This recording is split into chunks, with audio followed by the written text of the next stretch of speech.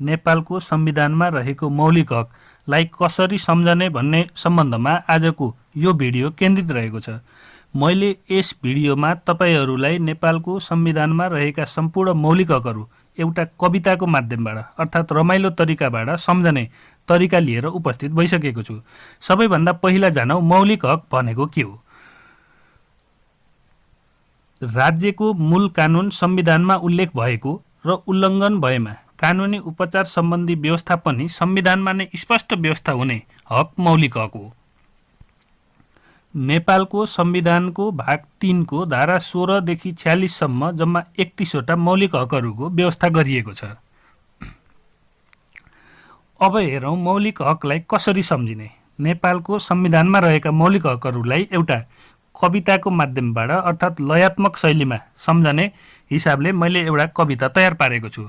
जुन रहेको छ कविता रहेको छ, सम्मान स्वतन्त्र समान सञ्चार न्याय अपराध यातना निवारक छुवाछुत सम्पत्ति धार्मिक सूचना गोप्य शोषण स्वच्छ शिक्षा भाषा रोजगार श्रम स्वास्थ्य खाद्य आवास महिला बालक दलित ज्येष्ठ न्याय सुरक्षा उपभोक्ताको देश संवैधानिक उपचार। अब यो कविताको अर्थ हेरौँ, अर्थात् यो कविताको माध्यमबाट नेपालको संविधानमा रहेको मौलिक हकहरूलाई कसरी सम्झिन्छ त। अब हेरौँ यसको अर्थ। सबैभन्दा पहिला हेरौँ सम्मान स्वतन्त्र समान सञ्चार न्याय अपराध यातना निवारक। सबैभन्दा पहिला हेरौँ यसको अर्थ, जसको अर्थ रहेको छ सम्मानको अर्थ रहेको छ सम्मानपूर्वक बाँच्न पाउने अधिकार अर्थात् जुन धारा 16 मा रहेको छ। त्यस्तै स्वतन्त्रको अर्थ रहेको छ स्वतन्त्रताको हक जुन धारा 17 मा रहेको छ। त्यस्तै समानको अर्थ रहेको छ समानताको हक जुन धारा 18 मा रहेको छ। त्यस्तै सञ्चारको अर्थ रहेको छ सञ्चारको हक जुन धारा 19 मा रहेको छ। न्यायको अर्थ रहेको छ न्याय सम्बन्धी हक जुन धारा 20 मा रहेको छ। अपराधको अर्थ रहेको छ अपराध पीडितको हक जुन धारा 21 मा रहेको छ। यातनाको अर्थ रहेको छ यातना विरुद्धको हक जुन धारा 22 मा रहेको छ। त्यस्तै निवारकको अर्थ रहेको छ निवारक नजरबन्द विरुद्धको हक जुन धारा 23 मा रहेको छ। त्यस्तै अब हेरौँ अर्को पाठ अर्थात् छुवाछुत सम्पत्ति धार्मिक सूचना गोप्य शोषण स्वच्छ शिक्षा। छुवाछुत सम्पत्ति धार्मिक सूचना गोप्य शोषण स्वच्छ शिक्षा यसको अर्थ हेरौँ।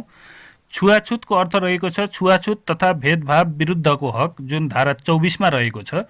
सम्पत्तिको अर्थ रहेको छ सम्पत्तिको हक जुन धारा 25 मा रहेको छ।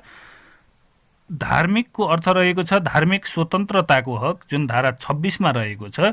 सूचनाको अर्थ रहेको छ सूचनाको हक जुन धारा 27 मा रहेको छ। गोप्यको अर्थ रहेको छ गोपनीयताको हक जुन धारा 28 मा रहेको छ। शोषणको अर्थ रहेको छ शोषण विरुद्धको हक जुन धारा 29 मा रहेको छ। र स्वच्छको अर्थ रहेको छ स्वच्छ वातावरणको हक जुन धारा 30 मा रहेको छ। शिक्षाको अर्थ रहेको छ शिक्षा सम्बन्धी हक जुन धारा 31 मा रहेको छ। त्यस्तै हेरौँ कविताको अर्को लाइन अर्थात् तेस्रो लाइन भाषा रोजगार श्रम स्वास्थ्य खाद्य आवास महिला बालक। यसको अर्थ हेरौँ। भाषाको अर्थ रहेको छ भाषा तथा संस्कृतिको हक जुन धारा 32 मा रहेको छ। रोजगारको अर्थ रहेको छ रोजगारीको हक जुन धारा 33 मा रहेको छ।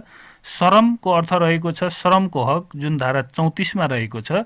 स्वास्थ्यको अर्थ रहेको छ स्वास्थ्य सम्बन्धी हक जुन धारा 35 मा रहेको छ। खाद्यको अर्थ रहेको छ खाद्य सम्बन्धी हक जुन धारा 36 मा रहेको छ। आवासको अर्थ रहेको छ आवासको हक जुन धारा 37 मा रहेको छ। महिलाको अर्थ रहेको छ महिलाको हक जुन धारा 38 मा रहेको छ। बालकको अर्थ रहेको छ बाल बालिकाको हक जुन धारा 39 मा रहेको छ। त्यस्तै हेरौँ कविताको लास्ट लाइन अर्थात् दलित ज्येष्ठ न्याय सुरक्षा उपभोक्ताको देश संवैधानिक उपचार। यसको अर्थ हेरौँ। दलितको अर्थ रहेको छ दलितको हक जुन धारा 40 मा रहेको छ। ज्येष्ठको अर्थ रहेको छ ज्येष्ठ नागरिकको हक जुन धारा 41 मा रहेको छ। न्यायको अर्थ रहेको छ सामाजिक न्यायको हक जुन धारा 42 मा रहेको छ।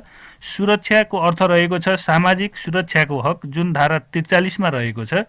उपभोक्ताको अर्थ रहेको छ उपभोक्ताको हक जुन धारा 44 मा रहेको छ। देशको अर्थ रहेको छ देश निकाला विरुद्धको हक जुन धारा 45 मा रहेको छ।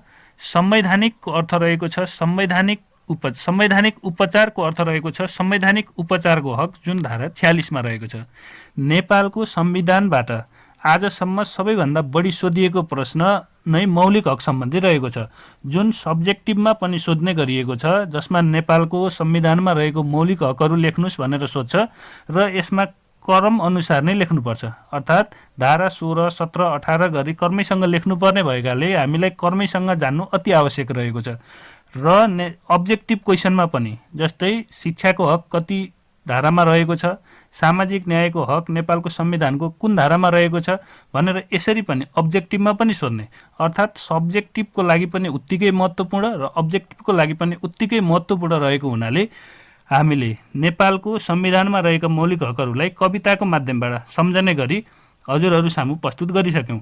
र यो भिडियो हेरिसकेपछि तपाईहरूले पनि नेपालको संविधानको धाराहरूलाई कविताको माध्यमबाट सम्झन सक्षम हुनुभयो भन्ने हामीले आशा लिएका छौँ। र यतिन्जेल भिडियो हेर्नुभएकोमा हजुरहरूलाई धेरै धेरै धन्यवाद। र आगामी दिनहरूमा यस्तै भिडियोहरू हेर्न यदि चाहनुहुन्छ भने कृपया हाम्रो च्यानललाई सब्स्क्राइब गर्नुहोला, साथै लाइक, कमेन्ट र सेयर गर्न नबिर्सनुहोला। हवस् त, धन्यवाद।